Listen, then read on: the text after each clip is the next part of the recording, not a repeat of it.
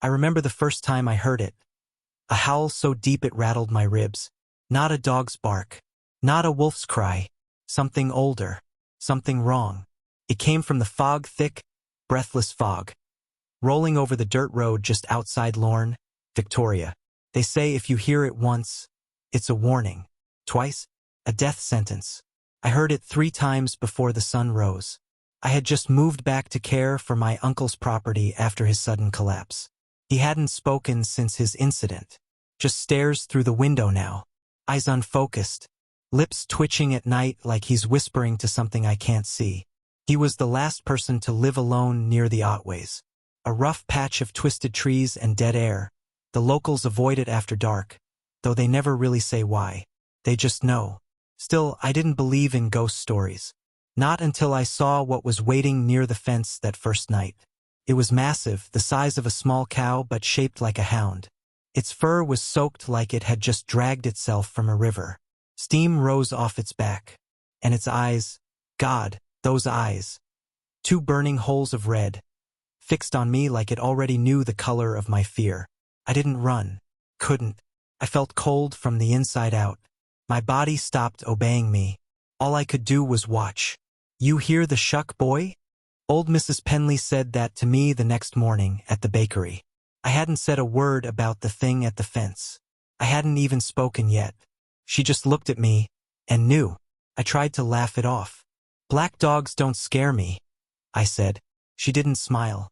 They should, she whispered, reaching over the counter. It ain't a dog. It remembers faces. That night, I started hearing it outside the walls. First, the rhythmic clicking of claws on the front porch. Then, the breathing.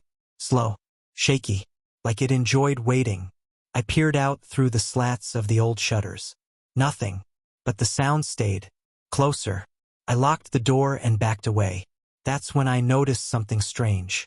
The portrait above the fireplace, the one of my uncle's wedding day, it had changed. His bride was missing. I called my cousin, Nell, desperate for answers. You saw it, didn't you? She said. Not even a hello. Her voice was cracking with something old, something buried. I don't know what I saw. No one does at first, she whispered. But it follows blood. Your family. You're part of this now. What is it? I asked. She paused. Then, it killed Mum. Now I can't sleep. Every night it comes closer. Last night, I woke up and the back door was wide open. Mud on the floor.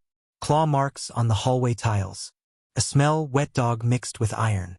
And my uncle, sitting by the window, just said one thing before going silent again.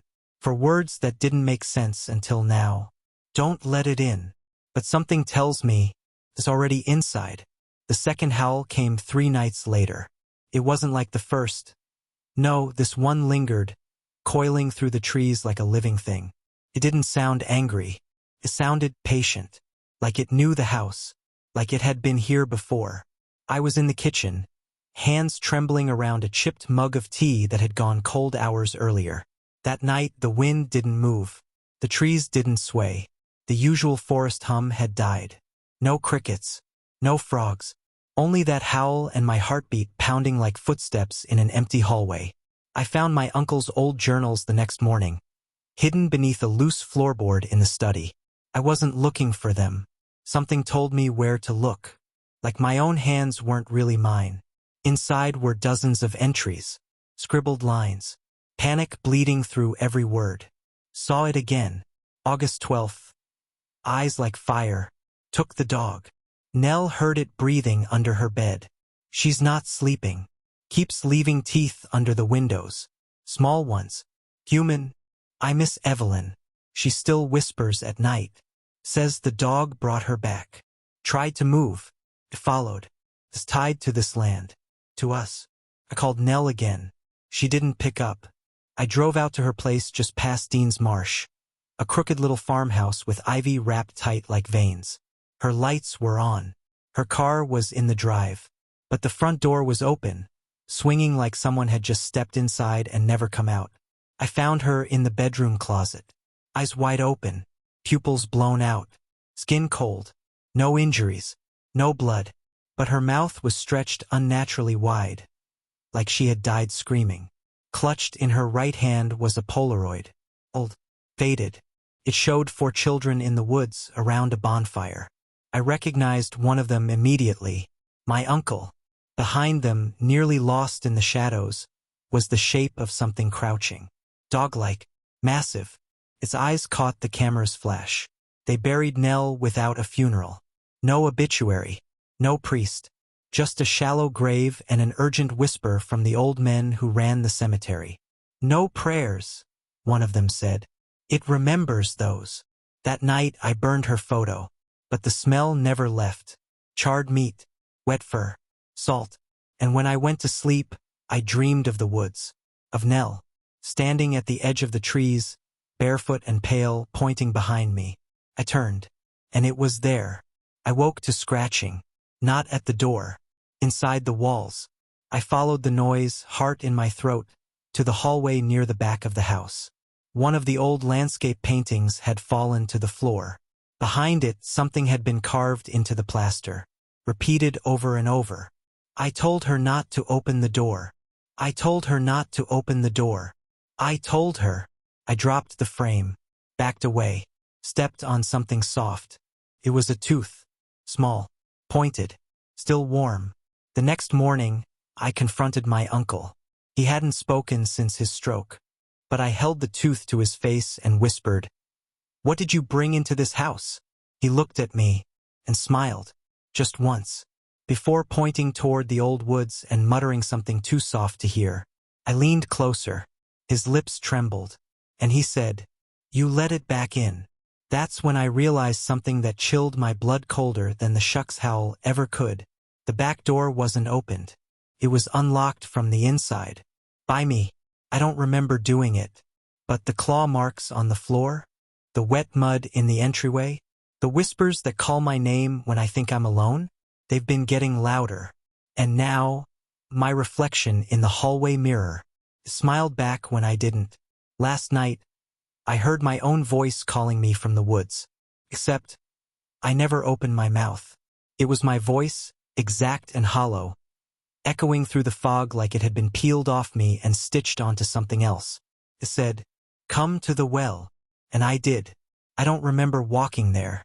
I just remember standing at the edge of that clearing, barefoot, shivering, and staring down into a stone ring choked with moss and silence.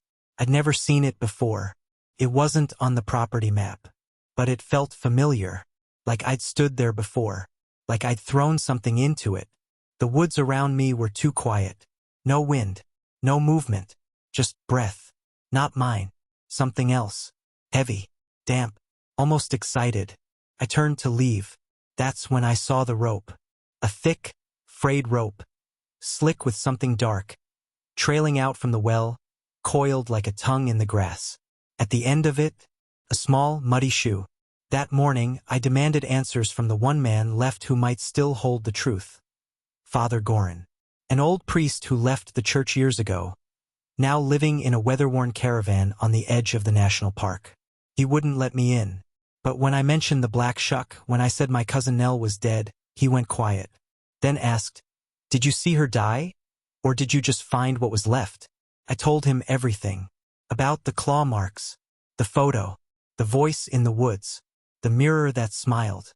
He listened, then handed me a book wrapped in cloth. "Your uncle wasn't the first," he said. "This land is older than your name. That dog is older than God. You can't kill it. You can only feed it or bury it." Inside the book were woodcut illustrations, too detailed, too violent. The Shuck in different forms, sometimes as a hound, sometimes as a tall figure with canine legs and no mouth, sometimes as a woman, hollow-eyed and whispering at windows. Beneath the images, a single phrase was repeated in Latin. Sanguinem liget, memoriam devorat. It binds by blood. It devours memory. That night, I started remembering things I never wanted to remember. Flash. Me. Small. 8, maybe 9 years old. Holding a black feather while my uncle led us through the woods with a lantern. Nell was there. And so was a girl I don't remember. Blonde. Freckles. A name I couldn't catch. Like it had been erased. We reached the clearing. The same well. Only it wasn't sealed then. It was open. Uncle said, choose something to give, or it takes something instead. I woke up sweating, dirt on my feet, pine needles in the bed, and on my nightstand, a black feather. I hadn't seen one since that night, and now it was back. I rushed to my uncle's room, but he was gone. The window wide open, the curtains soaked, and on the windowsill scratched with what looked like teeth. She broke the circle. He wants her back. I dug deeper into the journals, desperate. I needed to know who the girl was, the one I couldn't remember, the one I think we all forgot. And I found her, Evelyn, not my uncle's wife, his sister, my aunt, disappeared in 1987 after wandering into the woods at dusk. Body never found. But in one of the pages near the end, written in a shaking hand, Evelyn said it whispered her name before it took her hand. Evelyn said it wore our mother's face. Evelyn said she heard herself scream from inside the well. I drove to the edge of the Otways again. I had to see it. The well. The place it all began. And this time I wasn't alone. She was standing beside it. Not Evelyn as she was, but something shaped like her. Pale. Hands black to the wrists. No eyes, just sockets full of hair. And her mouth moved, forming my name. But no sound came out. Only a howl from behind me. I turned, heart frozen. There it was. The Shuck. No longer distant. No longer watching. Here. Towering. Steam rising from its back like it had just pulled itself from somewhere else. And its mouth, if that's what it was, open sideways. Rows of teeth turning like a gear. I didn't run. Because I remembered. I'd fed it before. And it came to collect what I forgot.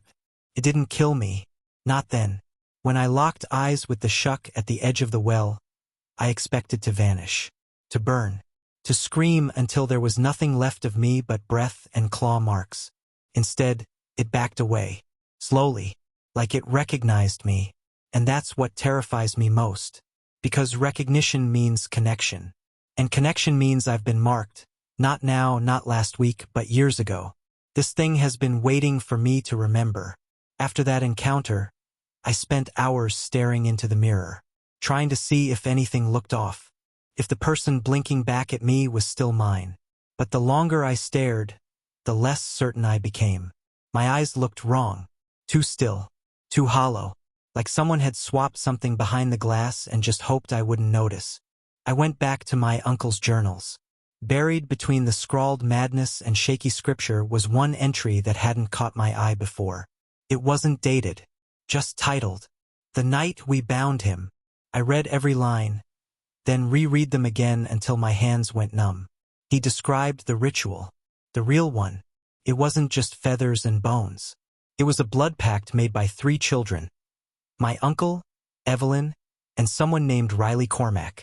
Not a name I knew. Not a name that appeared in any family tree. Riley was the weakest, my uncle wrote. He cried, tried to run. Evelyn held his hand. I cut too deep. The well drank fast. In the morning, he was gone. No one remembered him but us. That's when the Shuck smiled for the first time. So it wasn't hunting me. It was following its rules. Rules written in blood and silence. Binding me to a night I can barely remember. And now it's collecting on debts that were never paid. Because Riley Cormack never had a headstone. Never had a funeral. Never had a name beyond that journal. I needed proof. I needed someone to confirm this madness hadn't devoured my mind completely. So I went to the only living person who might have known Evelyn before she vanished. Darren Moak, the former town historian. He was halfway through dementia and entirely through a bottle of brandy when I found him in the nursing home. But when I said Evelyn's name, he sobered. Immediately, grabbed my wrist and said, "She screamed before she died." But it wasn't her voice. He said Evelyn used to come to the library every Thursday. She'd borrow folklore books, local myths, especially those not written down officially. Her favorite was one called The Dog with No God, passed between families like a curse. It told of a hound that ate names, that waited near water, that fed on forgotten promises and unfinished deaths, that once you saw it, you were part of its story forever. I asked him if he knew Riley. Darren froze, eyes wide, lips twitching. Then he began to bleed from the nose. He just whispered, "Too late. He's under the glass now." Then collapsed. I didn't sleep that night, not just from fear, but because my dreams had changed. No longer memories. Now they were replays. From above the well. From something watching us back then. I saw Evelyn's face. Tears on her cheeks. Hands trembling. She looked at me, 8-year-old me, and she said, "Don't look down." But I did. And beneath the water, floating just beneath the surface, was a boy with his mouth sewn shut. I jolted awake. My fingernails were bloody, my pillow soaked, and scratched into the wood of my nightstand were 3 letters. RCM. Riley Cormack. The name I had never heard, now appearing everywhere. Later that day, I returned to the woods. I had to see the well one more time. I brought rope, a light, a recorder, and when I lowered the mic into the darkness, just past where the rope ended, I heard breathing, slow, measured, then a child's voice, faint. "You forgot me." I reeled the mic back up, but I wasn't alone. In the clearing stood a figure, tall, motionless, draped in what looked like rotted cloth. His head was a dog's skull snapped open, hollow, but its hands were human, and in one palm it held a single tooth, small, with a name scratched into it, Evelyn. I dug up Riley Cormack yesterday, or at least, I dug where he should have been. There was no coffin, no bones, just a burlap doll with a sewn mouth, soaking wet, and stuffed with black feathers. Tied around its neck was a tag. One word, offering. That night, I found Evelyn's voice on the recorder. It hadn't been there before. I'm sure of it. I played the tape a dozen times. But now, in between the static and the breathing from the well, came her whisper. "You chose him. You forgot me. You have to finish what we started." I don't know what's more terrifying. The idea that Evelyn is still down there, or that she isn't and something else has taken her voice. The next morning, I found the photograph again. The old Polaroid with the children and the bonfire. Only now, there was a 5th child, standing to the side, face turned just slightly, barely visible. I know he wasn't there before. And his face, God, it was familiar. Like the version of me that never left the woods that night. Like the version that stayed behind and kept the Black Shuck company. I ran to my uncle's room to confront him, but what I found made my blood lock in my veins. He was kneeling in the corner, head bowed like in prayer, except his mouth had been sewn shut with black thread, and in his trembling hand, he held a page torn from his journal. A confession. We thought it needed blood. We were wrong. It needed memories. That's why it took Riley. That's why it keeps coming back. It's hungry for what we've forgotten. I didn't call the police. I didn't call anyone. Because I finally understood. This wasn't something out there. It was inside us. Inside me. Every time I remembered, it got closer. Every time I forgot, it took someone else in my place. The shuck doesn't chase its prey. It waits. It starves them of truth. Until all that's left is a face in the woods and a name no one says aloud. That evening, I read the last full journal entry. My uncle had titled it, "The Night the Circle Broke." It told the story I was never supposed to hear. The real night Evelyn vanished. They had tried to seal the pact a second time. Riley had begun to forget things. His last name, the smell of his house, the way his mother said goodnight. So Evelyn had insisted on renewing the ritual. "If we give the memory back," she had said, "we can save him." But Riley was scared. He ran, and Evelyn followed. She caught up to him at the well, tried to convince him to stay. My uncle stayed behind, too afraid to go further. He heard Evelyn scream once. Then silence. Only the shuck returned. And Riley's shoes. That night, I dreamed of a bonfire again. But this time I wasn't watching. I was holding the knife. Evelyn was sobbing. And Riley looked right at me. "You promised," he whispered. Then he opened his mouth. And dozens of black feathers spilled out. I woke up choking. Not just from the dream. From the stench in my room. Wet fur. burnt ash, rusted iron. On my window pane, a paw print the size of a dinner plate smoldering, and scratched into the glass backwards from the inside. One left to claim. That's when I realized something I hadn't dared admit before. I wasn't just part of the pact. I was the last one it hadn't claimed. My uncle? Silenced. Evelyn? Taken. Nell? Dead. Riley? Forgotten. And me? I was the last thread holding the Shuck's hunger back. But something's changing now. The lights in the house flicker every night at exactly 2:17 a.m. Always 2:17.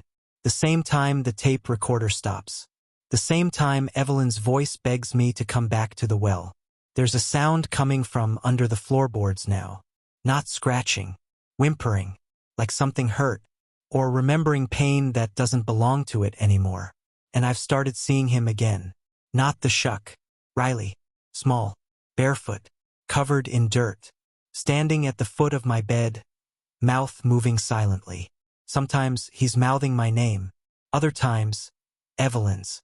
And last night, he mouthed one word I wish I never saw. Trade.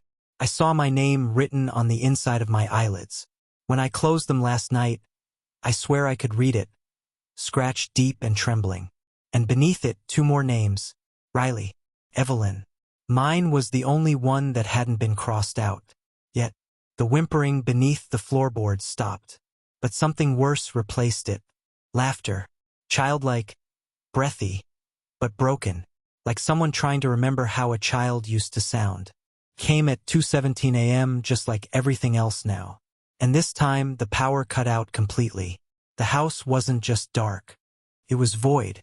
Even my phone screen wouldn't turn on. The kind of black that eats shapes, erases corners. I lit a match.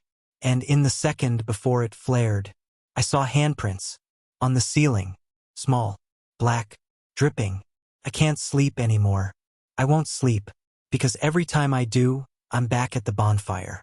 And Riley is closer. Each night. Closer. Last night he held something in his hands. A jar. With something floating inside. I had to go back. To the well. To finish what we started. The journal said something else I'd missed before. In the margins, like my uncle didn't want it found, but couldn't bear not to write it down. There was a second deal. Evelyn knew the first wouldn't hold.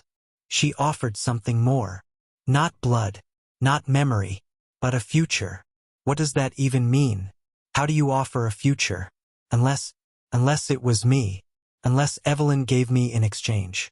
The closer I got to the well, the less the world made sense.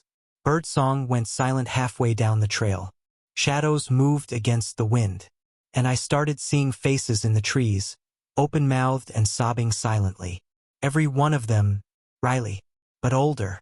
Like the versions he could have been, boy, teenager, man. All erased. Because he never got to become them. At the clearing, the rope was already hanging. Someone or something had dropped it down the well. Like it was inviting me. Or waiting. I didn't hesitate this time. I tied myself off, held the flashlight tight, and descended. The air grew colder with every meter. And wetter. I swear I heard whispers in the stone. Like the walls were telling stories to each other. Then I touched bottom. And realized it wasn't stone I was standing on. It was hair. Slick, matted, layered across the floor like a carpet. And buried inside it teeth. Dozens. All sizes. Human. Animal. Unnamed. In the center of the well floor was a mirror. But not glass. Water. Still. Black. Reflecting nothing. Until I looked closer. And saw Evelyn. Not as I remembered. Not as a memory. As she is now. Her body was tangled in roots. Her arms stretched into the stone. But her face, her eyes were still aware. She mouthed something. I leaned closer. You have to take my place. Suddenly the water rippled. The air dropped 10 degrees. And behind me, a growl. Low. Deliberate. Final. The Black Shuck had arrived. But it didn't attack. Didn't lunge or howl. It sat. Watching. Waiting. Then it spoke. Not aloud in my head. You were promised. You are the cost of forgetting. And then, you want Evelyn back. Trade. My mind screamed. It offered me a deal. Take her place. Stay in the well. Keep the memory alive. Let the others forget. And she could walk free. I don't know how long I stood there. Minutes? Hours? My flashlight flickered. I looked again at Evelyn and saw something I'd missed. Her smile. She wanted this. She'd been waiting for someone else to fall in. She had never tried to climb out. My rage burned away the fear. I turned to the Shuck and said one word. No. Its eyes narrowed, and everything went dark. When I woke, I was back in my bed. No cuts, no rope, no feathers. But something was different. The house was too quiet. I ran to my uncle's room. It was empty. The bed perfectly made. The journal gone. Like he had never been there at all. I checked my phone. No contacts. Not even Nell. Not even me. Then I looked at the photo again. The Polaroid. This time, I was the one missing. In my place, Evelyn. Smiling. Hand in hand with Riley. I opened my mouth to scream, but no sound came out. Because my lips were sealed. Literally. Stitched shut. With black thread. They don't remember me anymore. Not the town. Not the neighbors. Not even my mother. I called her this morning. I waited for that warm pause before she said my name. The one she always did when she recognized my voice. But instead she said, "Sorry. Who is this?" And when I told her, she laughed. Like it was a joke. But in the background of that call, over the static of the bad reception, I heard it. Panting. Slow. Heavy. Right behind her. I haven't eaten in days. Haven't slept, not really. When I close my eyes now, I'm not dreaming. I'm watching. Watching people walk through their lives as if nothing ever happened. Nell never died in her bedroom closet. Uncle never sat by the window muttering riddles. Evelyn never screamed beneath the ground. And Riley? He was never born. The house is falling apart. The mirrors no longer reflect me. But they show someone. A boy. Always at a distance. Always wet. Always smiling. Last night I found something I didn't remember hiding. Behind the attic wall, beneath a board that cracked as soon as I stepped on it, was a box. Wrapped in wax cloth. Inside, a feather. A set of children's teeth. And a second Polaroid. This one, it wasn't old. It was fresh. Still warm like it had been taken minutes ago. And it showed me standing in front of the well. But not from this week. From years ago. My face younger. Blank-eyed. And behind me, in the shadows, the Shuck was rising from the well. But I wasn't running. I wasn't scared. I was smiling. It all clicked then. The dreams. The disappearances. The deals. Evelyn didn't offer me. I offered myself. I just don't remember doing it. Because that's the way the Shuck works. It doesn't kill you with teeth. Kills you with forgetting. You trade a memory, a person, a truth, and in return you get silence, safety, oblivion, an empty house where no one remembers your screams. So here I am, back at the well, again, but not to beg, not to offer, to end it. I brought everything it ever marked, the feather, the teeth, the journal, the photo, the tape recorder, and finally, the mirror. I placed each item around the well like clock hands, and I played the recording one last time. This time, Evelyn's voice didn't beg. It didn't plead. It warned. It's not him you need to fear. It's what's left behind. The sky split open. Not with thunder. With screaming. Dozens of voices. Forgotten ones. Children. Adults. Some with my accent, some not even speaking languages I knew. The Black Shuck emerged again. But not as a hound. It was shifting. Fluid, thousands of eyes blinking in and out across its surface. Mouths swallowing other mouths. Voices interrupting one another with half-finished memories. And right at the center was a single child's eye, Riley's. I stepped forward. I didn't run, because I finally understood. It wasn't trying to kill me. It was trying to replace me. Something else had been wearing my face for years. That smile in the photograph. It wasn't mine.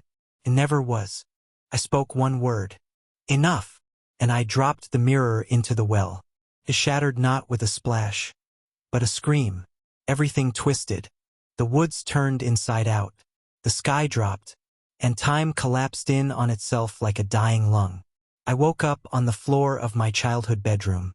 Morning sun filtering through the curtains. Birds chirping. No sign of feathers. No teeth. No blood. Everything back to normal. Almost. I looked in the mirror. I saw my face. But I didn't feel it was mine. Not entirely. Because something was missing. Peace I traded long ago. My memory of what I'd done. Of what I gave. Of what I lost. And now, whenever I look away from the mirror for too long, I hear it. Claws. Breath. Laughter. Waiting. I walk among the living. But I'm stitched to the past. Not by thread but by memory. By the things I chose to forget. The Black Shuck doesn't chase anymore. It rests. It watches. It waits for the next one to trade a truth for comfort. And when they do, it will wear their face. Just like it once wore mine. If you want more chilling true crime stories like this one, don't forget to subscribe to the Veil of Secrets.